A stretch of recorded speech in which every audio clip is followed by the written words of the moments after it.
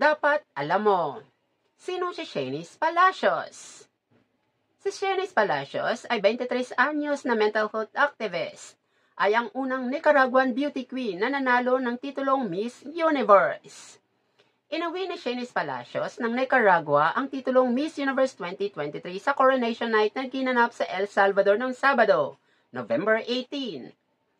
Tinalo ni Palacios ang 83 candidates para gumawa ng kasaysayan bilang kauna-unahang delegado mula sa Nicaragua na nanalo ng titulong Miss Universe.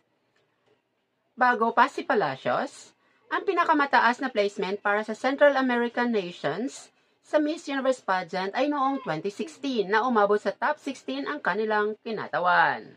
Bukod sa pagkapanalo ni Palacios, nakikita sa Miss Universe 2023 edition ang ilang makasaysayang unang pagkakataon dahil tampok ang 2 mother candidates, 2 transgender woman candidates, at ang isang plus-size candidate. Sa pagtupad sa pangarap na maging beauty queen, at sa edad na 23, hindi na baguhan si Palacios sa pageantry dahil nagsimula siyang makipagkompetensya sa mga pambansang pageant mula nung siya ay 16. Dahil nasungkit niya ang titulong Miss Teen Nicaragua noong 2016 at natapos bilang bahagi ng top 10 sa Miss Teen Universe pageant. At noong 2020, nanalo siya sa Miss World Nicaragua pageant at muling kinatawan ang kanyang bansa sa Miss World 2021 edition, kung saan siya ay nilagay sa top 40. Ang kanyang karanasan sa pageantry ay sumikat nang siya ay naging isa sa mga frontrunners para sa Miss Universe 2023 competition. Kasama ang ilang pageant page at mga eksperto kabilang ang Nicaraguan beauty queen sa kanilang top pick. Bago ang Miss Universe 2023 coronation, nagpunta si Palacios sa Instagram account niya upang pag-isipan ang kanyang mga paglalakbay sa pageant. At ito guys, ang kanyang mga isinaad sa kanyang account. Ngayong gabi, inaalay ko ito sa aking panloob na babae at sa mga bawat isa sa mga batang babae na nagnanais na matupad ang pangarap na ito. Kahit na ang langit mismo ay ang limitasyon, isang pangarap na napakalaki na iniisip ng mga tao na imposibleng makamit. Dahil doon mo malalaman na ang iyong mga pangarap at layunin ay lalampas sa mga hadlang. At tandaan, nasamahan sila ng determinasyon, tiyaga at passion, she said in Spanish. Ipinahayag din ni Palacios kung gaano siya ipinagmamalaki ng kumakatawan sa Nicaragua sa pandaigdigang pangkiling na sinasabi na ang kanyang magandang tinubuang lupa maaaring maliit ngunit puno tayo ng malalaking pangarap. Sa pagtataguyod para sa edukasyon at kalusugan ng isip, sa labas ng pageantry, si Palacios na nakuha ng degree sa Miss Communication sa Universidad Centroamericana ay isang host ng television sa isang lokal na channel. Nagsasalita siya ng 3 wika, Espanyol, Portuguese at Ingles.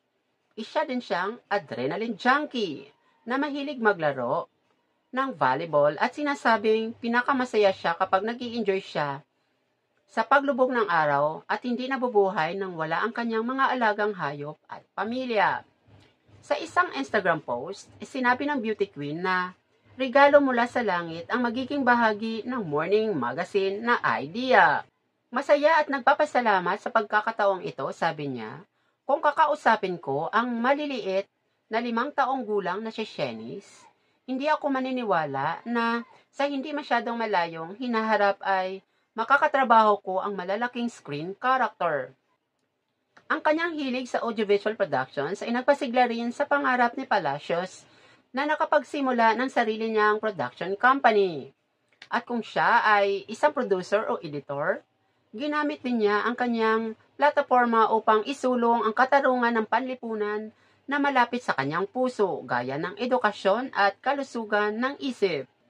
Sa kanyang Beauty with a Purpose video sa Miss World 2021 pageant, tinalakay ni Palacios ang kanyang mga hakbangin sa mga pagpapataas ng kamalayan tungkol sa kahalagahan ng edukasyon para sa mga bata, lalo na sa mga babae. Tungkol naman sa kategoryang Voice for Change sa Miss Universe 2023, ibinukas ni Palacios kung paano nagtulak sa kanya ang pagkabalisa na simulan ang proyektong Entiende tu Mente or Understand Your Mind. Isang inisyatiba upang bigyang diin ang kahalagahan ng kalusugan ng isip. Sa video matapos niya siyang tawaging bahagi ng Top 20 pageant, ibinunyag ni Palacios na umabot na siya sa puntong sinasaktan niya ang kanyang braso at inila ang kanyang buhok. Dagdag pa niya na noong mga panahong iyon ay wala siyang mga kinakailangan kasangkapan upang mapahanap ng isang espesyalista. Dahil dito, inulunsad niya ang kanyang proyekto. At saan niya?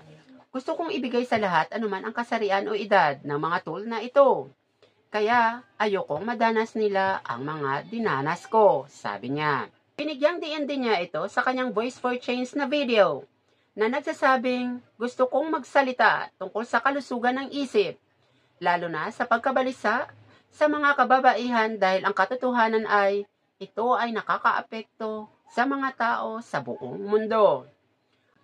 Ayon sa organisasyon ng Miss Universe, ang layunin ni Palacios sa buhay ay magtrabaho sa paglilingkod sa sangkatauhan sa pamamagitan ng pagpapatakbo ng isang newsroom at paggawa ng mga nilalaman ng mga patalastas para sa mga international na tatak.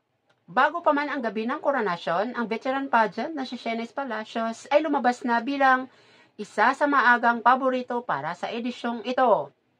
Sa preliminary competition, ginulat ni Palacios ang mga nanonood gamit ang kanyang embellished gown at flawless pasarela sa segment ng swimsuit. Gayunpaman, ang kanyang pambansang kasuotan, isang purple na itim na grupo na inspirasyon ng Nicaraguan grackle bird species ng El Zanate. Ang gumawa ng mga alon online, bukod sa masalimuot na kasuotan, kumpleto ang mga pakpak at headpiece. Umakbay si Palacios sa runway nang lumuhod siya at i-flip ang mga pakpak ng kanyang costume. Para naman sa coronation night, si Palacios ay patuloy na umabante sa mga susunod na rounds habang siya ay naghatid ng malalakas na performance sa swimsuit segment at evening gown competition. At sa top 5 question and answer segment ng pageant, tinanong siya tungkol sa mga katangian at pagpapahalagang gumagabay sa kanya bilang pinuno at huwaran para sa iba, kung saan sumagot siya ng ganito. Ang kalidad na nagbigay ng inspirasyon sa akin ay nagbibigay ng inspirasyon sa milyon-milyong babae. At babae ay ang pagpapakumbaba at ang kakayahang mapahalagahan ang maliit na bagay. Dahil doon, ang pinakamahalagang bagay ay ang kanyahan ng pagiging isang tao. Sumunod siya sa top 3 kasama sina Antonia Porcel ng Thailand at Mariah Wilson ng Australia. Lahat ng tatlong natirang kandidata ay tinanong ng parehong tanong sa huling round. Kung maaari kang mabuhay sa isang taon sa posisyon ng isang babae, sino ang pipiliin mo at bakit? At guys, ito ang kanyang sagot. Ang kanyang panalong sagot ay, pipiliin ko ay si Mary Wollstonecraft dahil binuksan niya ang mga puwang upang bigyan ng mga pagkakataon ang maraming kababaihan. Ang gagawin ko ay buksan ang mga agwat sa kita para sa makapagtrabaho ang mga babae sa anumang lugar sa pipiliin nilang magtrabaho dahil walang limitasyon para sa kababaihan. Iyon ay 1750. Ngayon ay 2023 na tayo at gumawa ng kasaysayan. Sa website ng Miss Universe, sinabi ni Palacios ng British philosopher at feminist ay nagbigay ng inspirasyon sa kanya dahil sa kanyang great courage. At bilang Miss Universe 2023, si Palacios ay magiging kinatawan ng Miss Universe organizations hanggang sa tuluyang maipasa niya ang corona sa susunod na edisyon ng pageant. Once again, congratulations to Shenice Palacios, Miss Universe 2023. Thanks for watching!